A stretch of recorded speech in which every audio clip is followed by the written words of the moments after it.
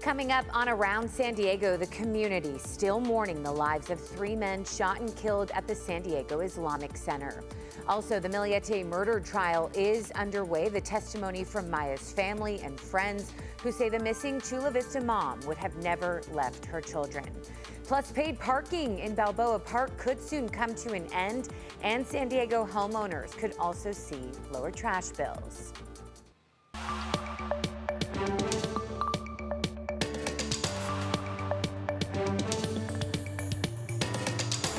Hello and welcome to you. Thank you so much for joining us as we take you around San Diego.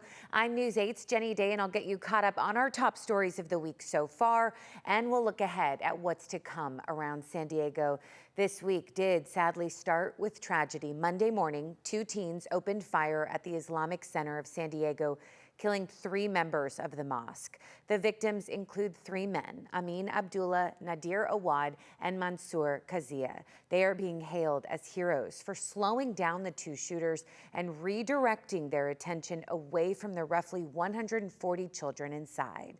The suspected shooters are 17 years old and 18-year-old males. Authorities do believe they met online and left behind a manifesto filled with messages of hate. Just hours before, police got a call from the mom of one of the suspected shooters voicing concerns. She began to share information that several of her weapons were missing. Her vehicle was missing, in addition to her son. Just a nightmare. Police tracked the vehicle with license plate readers and tried to pinpoint where the 2 shooters might target, but then they got a call of that active shooter situation at the Islamic Center. About the same time as they were making entry and searching through the facility, room by room, we received calls of a vehicle a couple blocks away that was shooting at a landscaper. The landscaper is going to be okay, but we are still investigating that scene. It appears he may have been shot in the helmet that deflected and saved his life. A couple blocks away from there, we also received a call where a community member reported our 2 suspects in a vehicle, and it appeared they had gunshot wounds, and upon our arrival, we determined they were deceased. You know it, almost all of our reporters have been covering this all week. So we turn now to Alex Cheney about the heroic actions of the 3 men who were killed.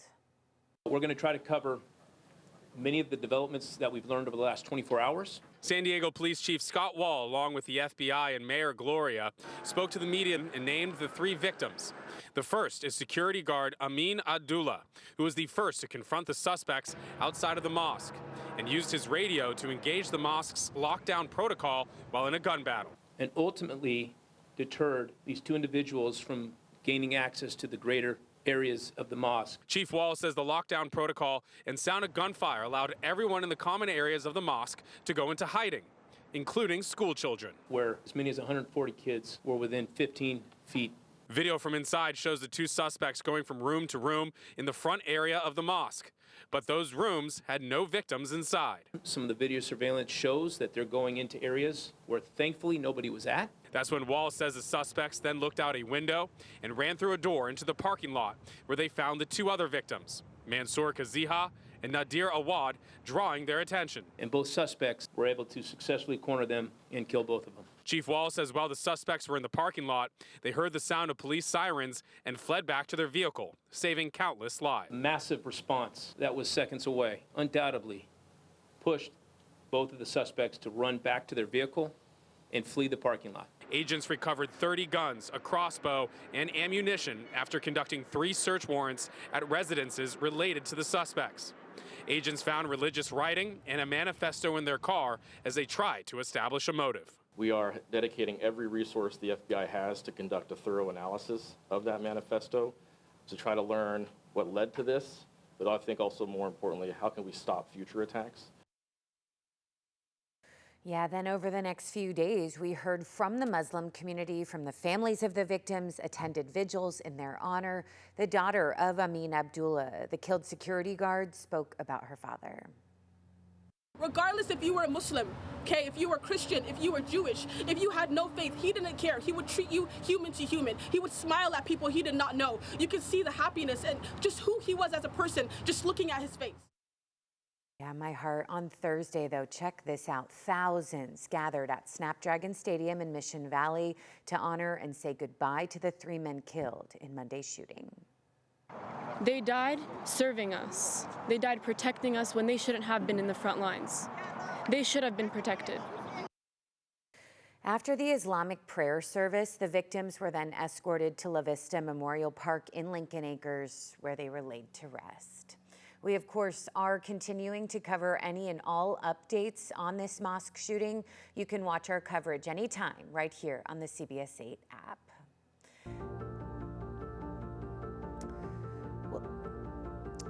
Well, the Millette murder trial also started on Monday with opening statements. Larry's wife, Maya, disappeared more than 5 years ago, and her body still has not been found. Both sides laid out a roadmap for the evidence they plan to present to the jury during this 3-month trial. The defense said this is a tragedy. There is no logical explanation for why Maya Millette went missing. A husband is missing his wife. Children are missing their mother. They argued there is no evidence to support a murder has even occurred, but did suggest an alternate suspect, a coworker who she was having an affair with. They claimed he had growing concerns about getting caught and say that Jamie Laird lied, adding detectives did not thoroughly investigate him. Prosecutors, however, really kept the focus on Maya talking about her love of the outdoors and especially her love for her children, saying she would never leave them and had big plans for the future. On day 2, jurors in the Larry Millette murder trial heard emotional testimony about Maya's troubled marriage right in the days before she disappeared. A close friend and coworker testified Maya once told her that if anything were to ever happen to her, it would be Larry, and that he would never let her leave.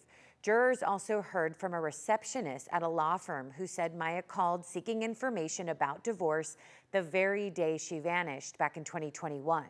The call, she said, was so concerning that the receptionist again contacted Chula Vista police. The defense pointed out Maya did not say on the call, though, that it was an emergency situation, and she did not request a domestic violence temporary restraining order. Maya's dad also took the stand. I was there in court. It did end abruptly when he started sobbing and just screaming at his former son-in-law, saying, "Why? Why did you do this?"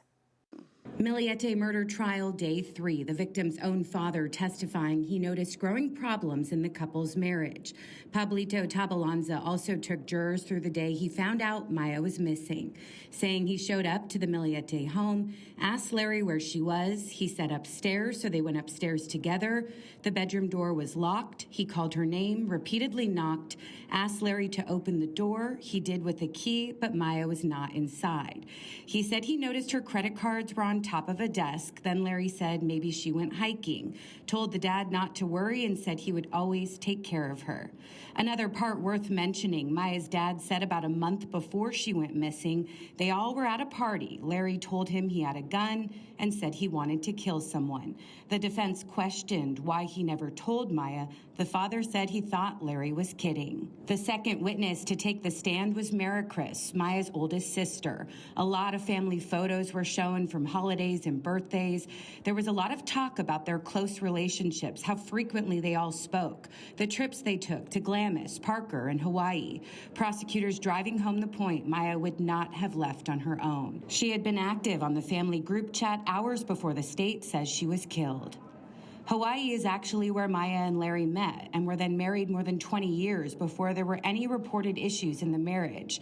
Chris says she could tell there was tension, testifying Larry called her for advice in 2020. Then a little over a week before she disappeared, Maya opened up to her siblings about wanting a divorce. Chris then said when her calls to her sister were only going to voicemail, she also showed up at her house, said Larry did not at all seem concerned and never helped search. She called 911, voiced concerns about domestic violence, and this investigation ensued.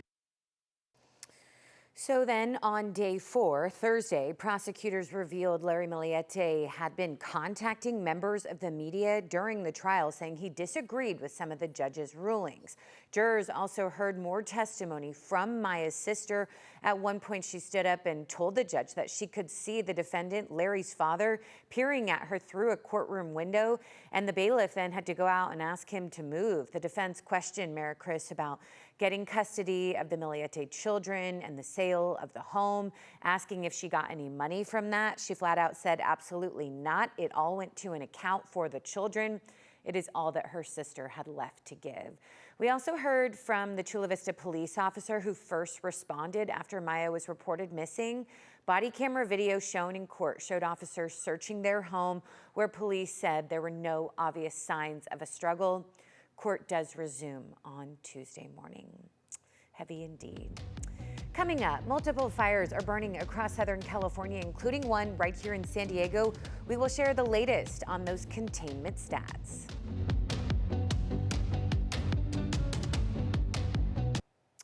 Welcome back. We start with a brutal attack in Escondido. Police say the owner of what people in the area call the Trump House was assaulted on Buchanan Street Wednesday afternoon. A bystander who was helping the owner was also hurt. The suspect took off but was later found and arrested. Escondido police say the owner was taken to the hospital and is in critical condition.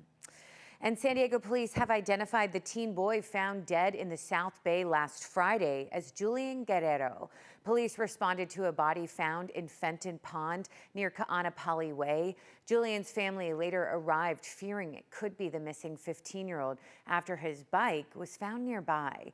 A neighbor says he was last seen leaving home on bike early Thursday morning.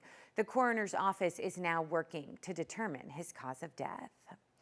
Well, again, multiple fires hit Southern California this week. Here in San Diego, the Tussle fire on the Campo Indian Reservation reached 820 acres. It started as a brush fire on Tuesday with multiple evacuation orders. CAL FIRE says only one structure was damaged, thankfully, and the fire is now 100% contained.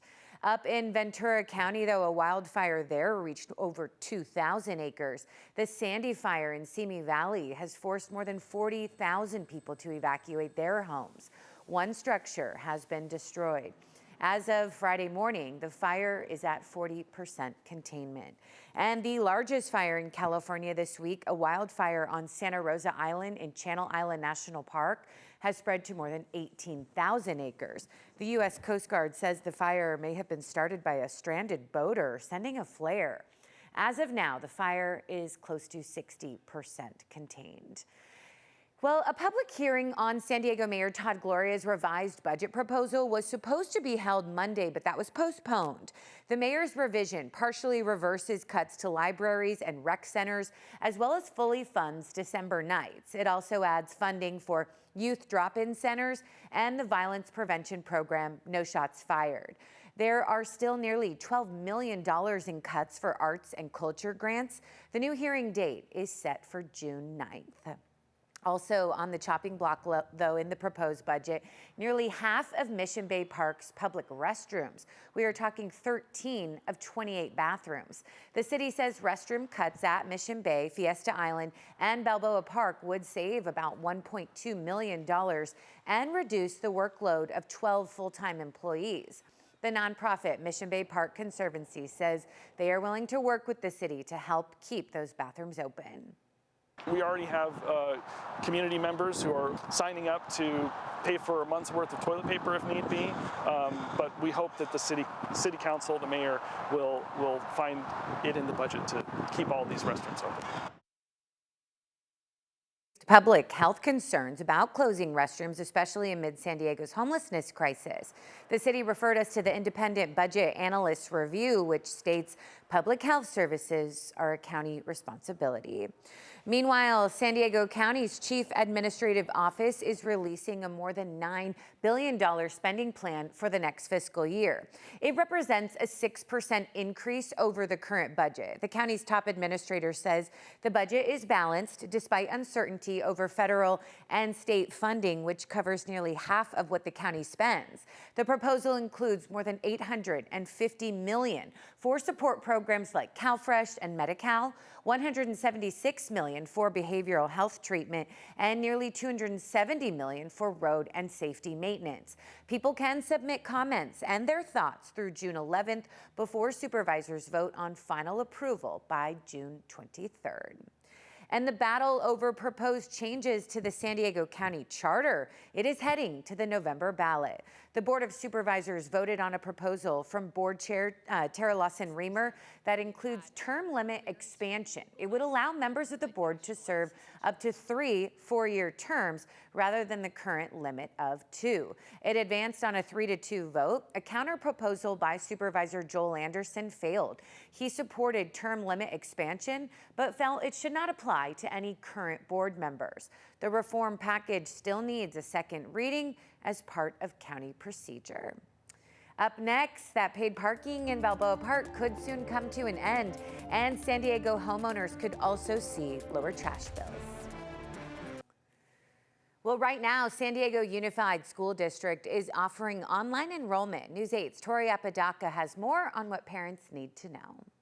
A new way to enroll your child into the San Diego Unified School District. Starting now, online enrollment is an option. That and the school district will have 52 summer enrollment hubs in person for people to get a little extra assistance as they enroll their children. These are the 52 locations spread out across the district at elementary schools. Even though they are happening at elementary schools, you can enroll the child in any grade within the district. It'll be happening starting on June 8th through July 2nd, Monday through Friday from 8:30 a.m. until 4 p.m. The district hopes that this will be an opportunity for parents to get more involved in their child's education and see what types of programs the school really has to offer for them. It comes after a recent California Department of Education report that shows that 75,000 fewer students are going to public schools, mostly due to lower birth rates, less immigrants, and the high cost of living. Nationally, public school enrollment has dropped by about 1.8 million. San Diego Unified has a goal set to recruit 1,309 students by the start of the school year on August 10th. That's the same number of students who left the school district during the 2024 to 2025 school year. You can go to cbs8.com to find the full list of all of the enrollment hub locations as well as more information on how to enroll online. Tori, thanks. And you can find more content like this if you download our free CBS 8 phone app and stay connected on the go. Well, paid parking in Balboa Park could soon come to an end, and San Diego homeowners could also see lower trash bills. This is part of a settlement just reached by the City Council. Under the agreement, monthly trash fees are expected to drop from nearly $44 to about $39 starting next year, and paid parking in Balboa Park would be rolled back by the end of the year. The agreement comes after homeowners sued the city over Measure B, arguing voters were promised significantly lower trash fees. The City Council still has to approve the settlement. That vote is set for June 8th. Well, now to an update on the more than 700 animals that were part of the ongoing rescue and care operation at the Villa Chardonnay Sanctuary in Julian. They have now been removed or placed into care. Many of the farm animals are now being transported to a sanctuary in Northern California. While San Diego Humane Society says one of its biggest remaining challenges involves nearly 350 cats still needing placement. The rescue operation began May 1st after a year-long investigation into the sanctuary revealed severe neglect. The property had fallen into bankruptcy, and investigators say conditions deteriorated as hundreds of animals remained on site. Coming up, it is sea lion pupping season. Some good tips before heading to the beach this weekend. Well, the San Diego Zoo Safari Park is mourning the loss of one of its most beloved animals. Paul Don, a 37-year-old Western lowland gorilla and leader of the Safari Park's gorilla troop, just died. It comes after caretakers noticed a decline in his appetite.